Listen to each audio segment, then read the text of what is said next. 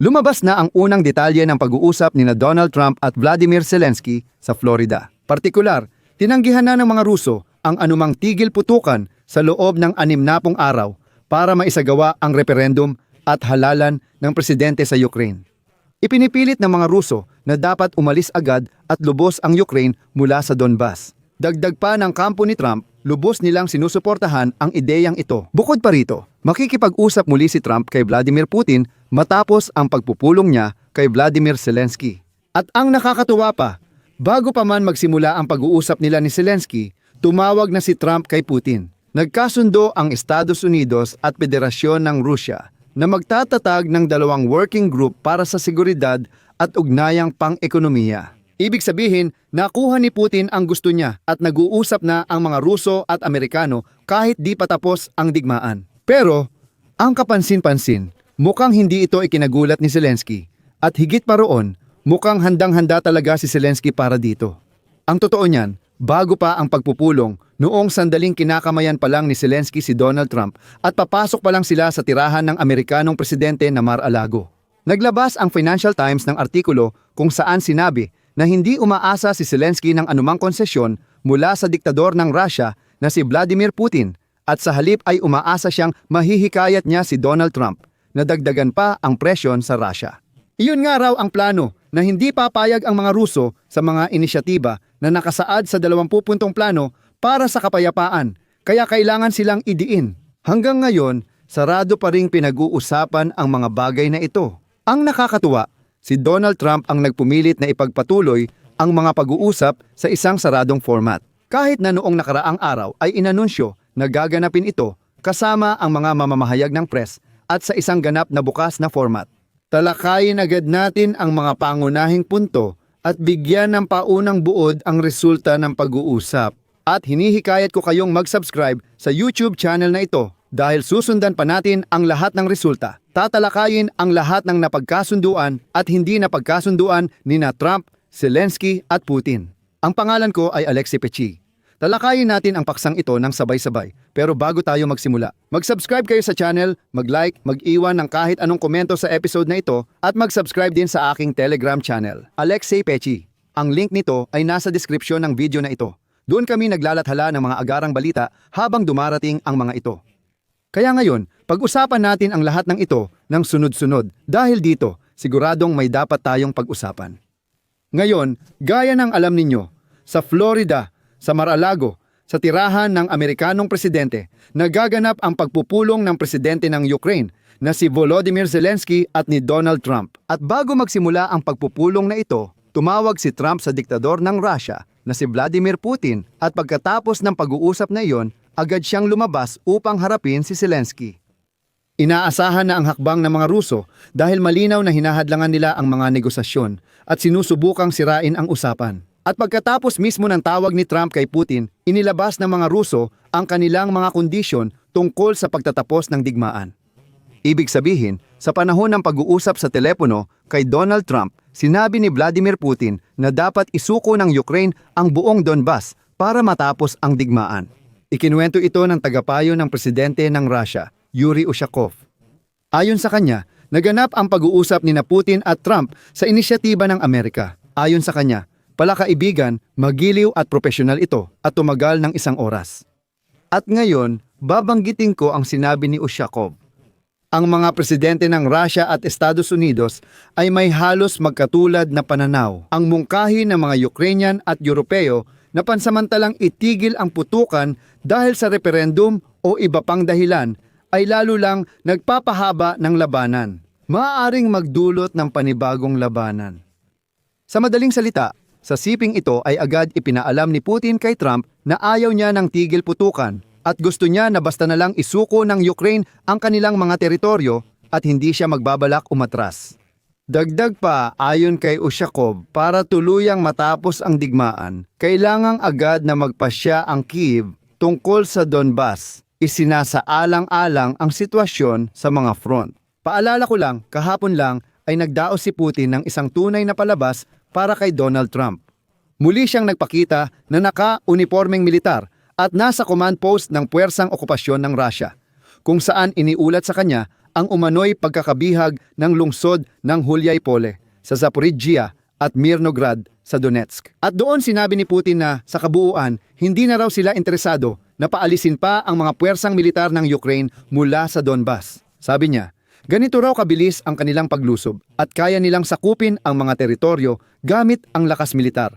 Ito ang mensahe nilang ipinapakalat. Ibig sabihin, kahapon mismo sa aking ulat ay sinabi ko na palabas lang ito para sa isang manonood para kay Donald Trump at ngayon ay napapatunayan ito. Si Ushakov, sa totoo, inuulit lang ang sinabi ni Putin kahapon. Ayon kay Ushakov, sinabi ni Trump na kumbinsido siyang gustong maresolba ng Russia ito sa paraang politikal at diplomatiko. Dahil dito, balak niyang iayon ang kasalukuyang negosasyon kay Vladimir Zelensky ayon kay Ushakov. Bukod pa rito, nagpalitan sina Putin at Trump ng serya ng mga magalang na pagbati. Ayon kay Trump, may magagandang oportunidad sa kooperasyon ng ekonomiya ng Estados Unidos sa Russia at Ukraine kapag natapos ang digmaan. Nagbatian din ng bagong taon ang magkausap at nagpaabot ng hangarin ng kaligayahan para sa mamamayan ng dalawang bansa. Sabi ni Ushakov, pagkatapos ng pulong kay Zelensky, muling tatawag si Trump kay Vladimir Putin. Alam na rin na bago iyon, tatawag muna siya sa mga Europeo. Ganito ang pagkakasunod-sunod. Una niyang tinawagan si Putin, nag-usap sila, ngayon ay makikipagkita siya kay Zelensky, susunod ang tawag sa mga Europeo, at muling tatawag kay Putin. At alam mo na, dapat may malinaw na lumabas sa sitwasyong ito. Pero, sa totoo lang, sinabi ni Trump ngayon na kung hindi man malapit ng mapirmahan ang kasunduang pangkapayapaan, magtatagal pa ng matagal na matagal ang digmaan. Nagpapahiwatig siya na, kumbaga, tanggapin nyo na lang lahat ng kondisyon ngayon. O kaya naman, wala na kayong kailangang tanggapin dahil wala nang alok na darating. Pero ang isa pang nakakaintriga na binanggit ni Ushakov ay itong pahayag tungkol sa dalawang working group. Ibig sabihin, ayon kay Ushakov, pumayag siya sa alok ng panig ng Amerika na ipagpatuloy ang trabaho sa loob ng dalawang espesyal na binubuong working group. Ang una ay tungkol sa iba't ibang aspeto ng seguridad, ang pangalawa naman ay tungkol sa mga usaping pang-ekonomiya. Ang mga detalye ng mga working group na ito ay mapagkakasunduan sa simula ng Enero. Ito ay isang kawili-wiling punto. Palagi kong sinasabi, kapag nagsimulang magbuo ng ilang working group ang mga Ruso, malinaw na senyales ito na nagpapalipas lang sila ng oras. Nadaanan na natin yan dati. Tandaan, noong Mayo pa lang, sinabi na nina Putin at Zelensky na pupunta sila sa Turkey para magkita. At si Trump din ay gustong mag-meeting silang tatlo. Pero ang mga Ruso nagsimula ng konsultasyon at maraming working group. Lahat ng ito ay nauuwi lang sa pagpapaliban ng oras. Sa madaling salita, dito, kung susumahin, masasabi ko na ang mga Ruso, bago pa man ang negosasyon kay Zelensky, sinabi nila kay Trump na, pakinggan mo, hindi kami pumapayag sa pansamantalang tigil putukan, hindi kami pumapayag sa anumang teritorial na konsesyon at wala kaming tinatanggap na demilitarized zone. Hayaan mong umalis ang mga Ukrainyano sa Donbas at iyon na. Habang pinag-uusapan na natin kung paano tayo magnenegosyo at makikipagkalakalan agad pagkatapos ng digmaan. Dahil dito, nagpunta si Trump upang makipagkita sa delegasyon ng mga Ukrainyano. Pero ang nakakatuwa, si Zelensky ay hindi man lang nagulat sa nilalaman ng pag-uusap nina Trump at Putin. Mukhang handa na si Zelensky sa sitwasyong ito at inihahanda rin niya ang sarili sa ganitong resulta. Ayon sa Financial Times, sinabi ni Pangulong Volodymyr Zelensky ng Ukraine sa mga lider ng Europa na hindi nila inaasahan ang pag-urong ng Russia sa matinding kahilingan at hindi rin niya inaasahan ang pagsang-ayon ng Russia sa kanilang peace plan. Sinabi niya ito bago ang kanyang pagpupulong kay Pangulong Donald Trump ng Estados Unidos. At ang mga naroroon sa pag-uusap sa telepono ay nagsabi na hindi sila gaanong nagulat dahil lahat ay lubos na makatuwiran. Ayon sa kanila, binigyang diin ni Zelensky na kaugnay nito. Nais niyang makamit mula sa pinununo ng White House sa halip ang mas pinaigting na presyon sa Russia. Malinaw naman daw na hindi tatalikuran ni Putin ang makasarili niyang layunin. Kaya ang layunin ay hindi para si Trump ay itulak o kung ano paman, kundi para maintindihan na ni Trump na hindi kayang makipagkasundo ng mga Ruso, kaya kailangan silang idiin. Ngayon, maraming mga Amerikanong media ang nag-aanalisa kung ano talaga ang nangyayari sa mga negosasyong ito. Halimbawa, sinasabi nilang noong umupo si Trump sa mesa kasama si Zelensky, halata na nasa mode siya ng pagiging magiliw na host. At ito ay maaaring magpahiwatig ng mas relax na atmosfera ng mga pag-uusap ngayon. Ayon sa Sky News, sinabi ni Zelensky kay Trump sa simula ng pag-uusap na unang beses niyang makapunta sa Mar-a-Lago. Sumagot ang presidente ng Estados Unidos na ang lugar ay bagay para sa pagpirma ng kasunduan.